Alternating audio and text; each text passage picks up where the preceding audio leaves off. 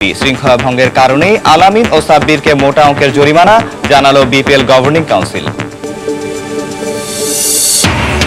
রাজশাহীকে ৮ উইকেটে হারিয়ে মাশরাফির কুমিল্লা টানা দ্বিতীয় জয় হেরিয়ে চলেছে রংপুর রাইডার্স।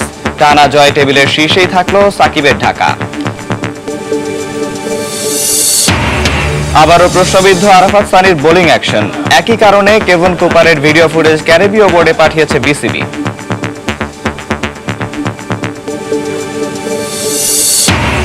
বৃহস্পতিবার শুরু হচ্ছে প্রিমিয়ার লিগ ফুটবলের গোপালগঞ্জ পর্ব। সব রকমের প্রস্তুতি সম্পন্ন আয়োজকদের, প্রতিদ্বন্দ্বিতাপূর্ণ ফুটবলের প্রত্যাশা সমর্থকদের। এবং এএইচএফ কাপ হকির হ্যাট্রিক্স চ্যাম্পিয়ন বাংলাদেশ দলকে ক্রীড়া পরিষদের সংবর্ধনা। হকির উন্নয়নে দীর্ঘমেয়াদী পরিকল্পনা সরকারের।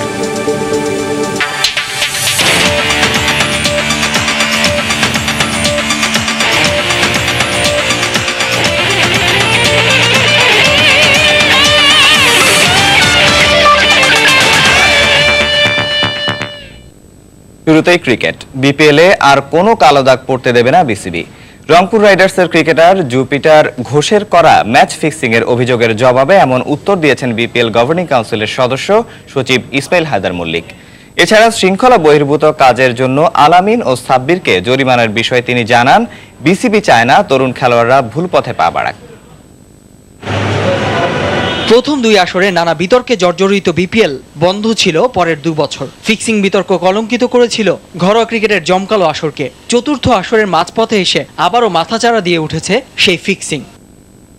রংপুর রাইডার্সের ক্রিকেটার জুপিটার ঘোষ অভিযোগ করেছেন, ফ্র্যাঞ্চাইজি ম্যানেজার সানোয়ার হোসেন তাকে ম্যাচ গড়াপেটার প্রস্তাব দিয়েছিলেন। বিপিএল গভর্নিং কাউন্সিলের সদস্য সচিব আইএইচ মল্লিক পাল্টা প্রশ্ন তুলেছেন জুপিটার ঘোষের অভিযোগ নিয়ে। তাছাড়া বরিশাল বুলসের ক্রিকেটাররা ফিক্সিং এ জড়িত। শিল্পী আসিফ আকবরের মতামতকেও অমূলক বলেছেন এই বিসিবি কর্তা। জুপিটার ঘোষ কি ওইরকম প্লেয়ার? আমি এমনি আপনাদেরকে প্রশ্ন করতেছি। আমি তো ক্লাব সংগঠক।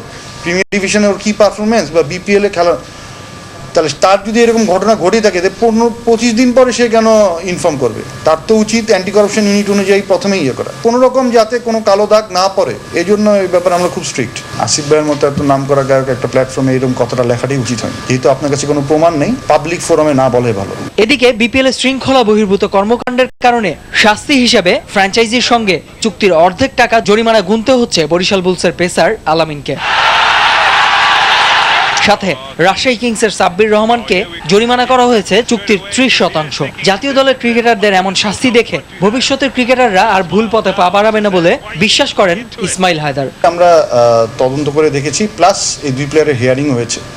হিয়ারিংয়ের পরে আমাদের কাছে গ্রস ভায়োলেশন অফ ডিসিপ্লিনের কারণে এই অ্যাকশনটা নেওয়া হয়েছে। আপকামিং প্লেয়ার আছে যারা সামনে ন্যাশনাল টিমে খেলবে, এবং যে 2 জন প্লেয়ারের বিরুদ্ধে এই অ্যাকশনটা নেওয়া হয়েছে তারাও ন্যাশনাল টিমেরই প্লেয়ার।